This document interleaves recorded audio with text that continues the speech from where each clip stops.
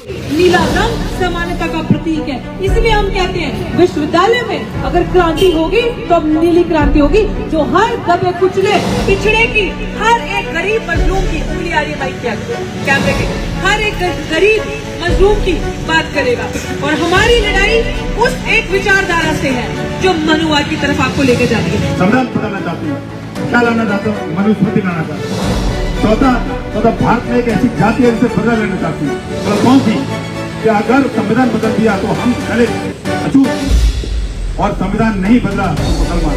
आज आप भारत देखना है सबसे था मुसलमान क्या हालत हमारी। तो सर अब बताइए, अम्बेडकर इस पूरे सेक्युलर भारत के लिए उतना ही जरूरी है जितना ही आपकी पुलिस जरूरी है, जितने आगे प्रोफेसर जरूरी है। लेकिन सिर्फ एक धर्म का प्रचार होना, सिर्फ एक धार्मिक चीजों को और ज्यादा बढ़ावा देना, ये संस्थानों के अंदर कतई बर्दाश्त नहीं होगा।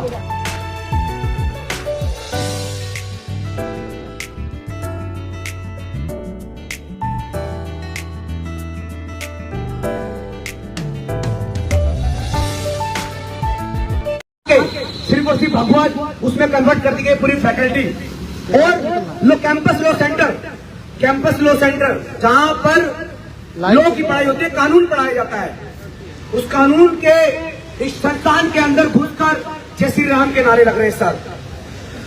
अब बताइए, अम्बेडकर इस पूरे सेक्युलर भारत के लिए उतना ही जरूरी है जितना ही आपकी पुलिस जरूरी है, जितने आगे प्रोफेसर जरूरी है। लेकिन सिर्फ एक धर्म का प्रचार होना, सिर्फ एक धार्मिक चीजों को और ज्यादा बढ़ावा देना, ये संस्थानों के अंदर कतई बर्दाश्त नहीं होगा। क्योंकि संस्थान, जो कोई भी पढ़ाई लिखाई का संस्थान वो सेकुलर है, वो हर तरीके की विचारधारा के लिए एक्सेप्टेबल है। वहां ये कोई मंदिर नहीं है, ये यूनिवर्सिटी है।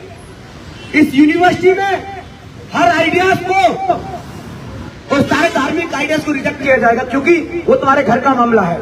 लेकिन अम्बेडकर इस यूनिवर्सिटी का मामला है। आप अम्बेडकर की तस्वीर फटवाते हो वाइस चांसलर के कहने पर, आप अम्बेडकर को बार बार यहाँ से रिजेक्ट करते हो। लेकिन हम लोग अम्बेडकरवादी हैं, हम लोग अम्बेडकर के मिशन पर चलने वाले लोग हैं, हम लोग इन संस्थानों को बचाने वाले लोग हैं, हम लोग आप जैसे पुलिस वालों को बचाने वाले लोग हैं। जब आपकी चालू है वर्दी खतरे में आएगी ना सर, अभी वही हुआ था गोल्ड टाउन थाने में, जब एक साथी थे पुलिस में थे, जब उनको यही पुलिस मार रही तब हम उनके लिए खड़े हुए थे। ये भगवाधारी लोग किसी के नहीं होंगे, ये इस देश को तोड़ने पर लगे हुए, इस देश को बांटने पर लगे हुए। ये लोग आपस में हम तुमको बांट देंगे, ये लोग आपस में आपके अपने कलीग को बांट देंगे, ये ऐसे लोग हैं। साथियों, हम डरे नहीं है, ना ही इन सबसे डरने वाले। आप कितना ही आप 1000 झंडे लगा लो, हमारा एक नीला झंडा बहुत उन पे भारी पड़ेगा, क्योंकि नीला रंग इक्वालिटी का प्रतीक है। नीला आसमान, नीला पानी, वो सबके लिए बराबर है। नीला रंग, वो आप हम सब, चाहे कोई ब्राह्मण हो या दलित हो या महिला हो या पुरुष हो, उन सबको बराबरी में लेकर आता है। उस बराबरी के लिए लड़ रहे हैं हम, उस बराबरी को इस कैंपस में स्थापित करेंगे। डॉक्टर रितु की लड़ाई को आगे बढ़ाएंगे, डॉक्टर रितु के संघर्ष को सलाम करेंगे और उनके पीछे पीछे उनके साथ कंधे से कंधा मिलाकर चलने काम करेंगे। जय भीम साथियों। बहुत शुक्रिया। आज जैसे साथी आशुतोष ने बताया 147 डे अनडिफीटेड हमारे इस धरने को पूरे हुए हैं। हमने अभी हाल ही में 19 तारीख को एक ट्रेलर दिखाया था इनको, अपनी संख्या बल से पीसफुल डिमॉन्स्ट्रेशन देके इनको अपनी संख्या बल से दिखाया था कि ये यूनिवर्सिटी, ये विश्वविद्यालय सबके है, आपके आकाओं के, आपके बाप दादा की बबोती नहीं है। और वही चीज हमने हर बार की, पिछले पहले भी 2 एक्शन प्रोग्राम में। अभी भी जो साथी देख रहे हैं, आप याद रखना ये चीज सोशल मीडिया के माध्यम से कि हम संविधानवादी हैं, संविधान को मानते हैं और जो भी कानून कहता है उसकी पालना करते हुए वो काम करते हैं। जो कानून की उल्लंघना करता है वो आपको कोर्ट के अंदर भी दिखेगा, जमीन पे भी दिखेगा, और उसको हम नहीं छोड़ेंगे जो भी कानून की उल्लंघना करता है। ये धरना हमारा हर उस एक इंसान को रिमाइंडर है कि तुम क्या कर रहे हो और हम क्या कर रहे हैं, किस तरीके से तुम हमारा जत्था फैला रहे हो, किस तरीके से संविधान को तुम तोड़ रहे हो, संविधान के खिलाफ तुम जा रहे हो, कानून की पालना तुम नहीं कर रहे। और हर बार ये स्ट्रॉन्ग रिमाइंडर हम दिल्ली यूनिवर्सिटी के शिक्षक और छात्र देते जाएंगे जब तक ये यूनिवर्सिटी एक सेकुलर प्लेस सबके लिए ना बन जाए, क्योंकि यूनिवर्सिटी में हर किस्म, हर धर्म के बच्चे आएंगे।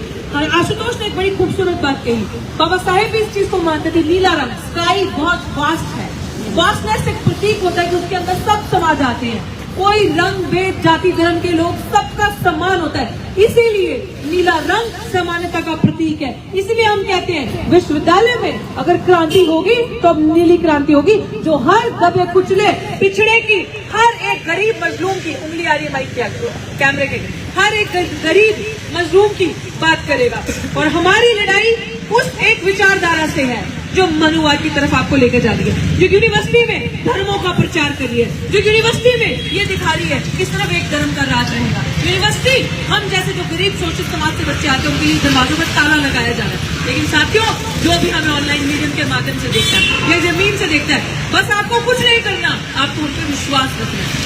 अगर आप उन पर विश्वास रखोगे, हमें हमारी हौसला हिम्मत दुगनी होती है। ना हम इनकी जेल से डरते हैं, ना लाठी से डरते हैं, ना इनके फर्जी पर्चों से डरते हैं, क्योंकि अगर ये फर्जी पर्चे हम पे करेंगे तो कोर्ट में इनको भी जवाब देंगे। हम हर तरीके से मजबूरी से जमीन पर लड़ाई लड़ रहे हैं। हम इनके आने वाली पीढ़ियां, पैन करके दिखाना पीछे जो फौज खड़ी है, इनके आने वाली पीढ़ियों की भी रक्षा हम कर रहे हैं, क्योंकि हमें हमारा संविधान ये बात कहता है कि इनके अगर साथ कोई तकलीफ होती है, अगर इनके साथ कोई प्रॉब्लम होती है उसकी, क्योंकि अगर ये अपने लिए खुद आवाज नहीं उठा पाते, ये अगर गलत रास्ते जा रहे हैं, तो अगर इनके आला कमान इनके साथ गलत कर रहे हैं, हम इनके लिए भी खड़े रहेंगे और हमेशा इनके लिए भी लटकाने के लिए तैयार रहेंगे, क्योंकि ये हमारा संविधान कहता है। और मैं अंत में आप सबको यही कहूंगी कि 147 डे है, टाइम इंफॉर्मेशन आपको मिलती रहेगी। ये धरना तभी उठेगा क्योंकि हमने नीला रंग सर पे बांधा है। मैं बता रही हूँ, ये धरना तभी उठेगा जब जीत हासिल होगी। 1 इंच भी हटेंगे नहीं। अभी भी सुन ले के वाइस चांसलर जो मीटिंग करके आए थे, उनका रिस्पॉन्स अभी भी पेंडिंग है। अगर उन्होंने टाइम के अंदर रिस्पॉन्ड नहीं किया तो अब अगला आप देखिएगा हमारी कार्रवाई कोई भी कानून के बाहर नहीं है। और वाइस चांसलर को भी या तो अदालतों में या तो फिर जेल के इलाकों के पीछे तो जमीन पे आके जवाब देना होगा, फैसला खुद कर लो। साथ एक बात और, यहाँ पर भी ऐसा ही मैडम एक अनाउंसमेंट कर रही थी। मैडम, आपने शायद सावित्री फूले को पढ़ा होता तो आपको पता रहता कि ये वर्दी भी सावित्री फूले की वजह से मिली है। सावित्री फूले से पहले किसी महिला को पढ़ने का अधिकार नहीं था। ये कौन सा वो कहता, इन्हीं भगवदारी को लोग मनुस्मृति बोलती है कि, और जो भी गार्ड महिला खड़ी है यहाँ पर, वो तमाम जो भी महिला ड्यूटी बॉन्ड हैं या हम भी हैं, हम आपको टारगेट नहीं कर रहे हैं, हम बता रहे हैं बस कि आप सबके लिए जो आइडिया हम बोलते हैं, जो फूले के आइडिया आप सबके बीच में लाते हैं, वो आप सबके लिए है और आप सब उन्हीं की वजह से यहाँ हो। इस बात को आपको समझने की जरूरत है। स्मृति ईरानी अभी एक मेंस्ट्रुएशन लीव पर मनोज झा जी ने एक बयान दिया उसमें, लेकिन स्मृति ईरानी उसको डिस्कार्ड कर दिया कि मेंस्ट्रुएशन लीव की वजह से हम किसी को छुट्टी नहीं देंगे। लेकिन आज मैं संसद में बैठी, पता है संसद में बैठी किसकी वजह से? सावित्री फूले की वजह से। उनसे पहले उन्हीं के बाप दादा उनको पढ़ने का अधिकार नहीं देते थे, उन्हीं के पूरे घर परिवार वाले, उनका खानदान उनको पढ़ने का, उनको घर से बाहर निकलने का अधिकार नहीं देता था। लेकिन हम लोगों ने वो सारी चीजें तोड़ी जो समाज में एक बेड़े का काम करती है, जो समाज में उन तमाम लोगों को बांधने का काम करती है, जो समाज में उन तमाम महिलाओं के खिलाफ आवाज देती है। उनकी बेड़ी तोड़कर आज हम सड़कों पे आए, आज हम संसद में गए, आज हम विश्वविद्यालय में पढ़ा रहे, आज हम पढ़ाने के बाद निकाल देने के खिलाफ भी यहाँ खड़े हैं साथियों। और ये लड़ाई उन सबके बेचारों को बचाने की है। ये लड़ाई यहाँ पर भगोकड़ी जो हो रहा है उसके खिलाफ है और हम लोग उसको रोक कर रहेंगे। जय भीम, धन्यवाद। जैसा कि मेरे भाई आशुतोष ने बताया कि दिल्ली विश्वविद्यालय में अंदर भगवाकरण हो रहा है, तो मैं बता देना चाहता हूँ इस बात के लिए कि ये मेरे पुलिस वाले साथी या जो फौज के साथी हैं सुन लें कि 2008 में मालेगांव बम ब्लास्ट की आरोपी पंडित प्रज्ञा ठाकुर का एटीएस चीफ एसएचओ साहब सुनने अच्छी तरह से, एटीएस चीफ हेमंत करकरे ने जब रिमांड लिया तो पूछा कि आपने मालेगांव बम ब्लास्ट क्यों कराया, तो एसएचओ साहब उसने कहा कि मैं भारत का नाम बदलना चाहते हैं। बोला क्या करना चाहते हो? पर अभिनव भारत की आड़ में आर्यवर्त रखना चाहते हैं। दूसरा इस भारत का झंडा चेंज करना चाहते हैं, भगवा झंडा लाना चाहते हैं। तो भाई आशुतोष इनकी नई बात नहीं है। तीसरा भारत का संविधान बदलना चाहते हैं। क्या लाना चाहते हो? मनुस्मृति लाना चाहते हैं। चौथा भारत में एक ऐसी जाति है जिससे बदला लेना चाहते हैं। बोला कौन सी? कि अगर संविधान बदल दिया तो हम दलित, अछूत, और संविधान नहीं बदला तो मुसलमान आज आप भारत देखना सोचो साहब मुसलमान में क्या हालत है हमारे। तो मैं एक बता दूं आपसे कि भारत में अगर रहना है तो संविधान से बड़ा कुछ भी नहीं है। और यही आरएसएस यही मनवादी लोग जिन्होंने 1947 से लेकर 2002 तक तिरंगे झंडे का 2004 तक तिरंगे झंडे को नहीं अपनाया और आरएसएस के मुख्यालय पर भगवा झंडा फहराने का इन्होंने काम किया। ये बड़ी मजबूरी थी जिनकी इन्होंने 2004 के बाद तिरंगे झंडे को लगाया। बड़ी मजबूरी में दोबारा से ये लोग उसी मनुस्मृति को उसी भगवाकरण को करना चाहते हैं। और यहाँ से मेरे मसीहा मेरे मुक्तिदाता बाबा साहब का फोटो इन्होंने फाड़ा। लेकिन बता दूं मैं आपके लिए, आप फोटो फाड़ के कुछ नहीं करेंगे। बाबा साहब हमारे खून में समाये हुए हैं, बाबा साहब हमारे दिल में समाये हुए हैं। बाबा साहब को मनवादियों हमने इतना पढ़ लिया है कि आप कुछ भी कर लें वो दिन लौट के आने वाले नहीं है। हमारी मनसा को हम पूरी नहीं होंगे जब तक संविधान जिंदा है, जब तक हम जिंदे हैं। ये आपको बता रहे हैं हम अच्छी तरह से।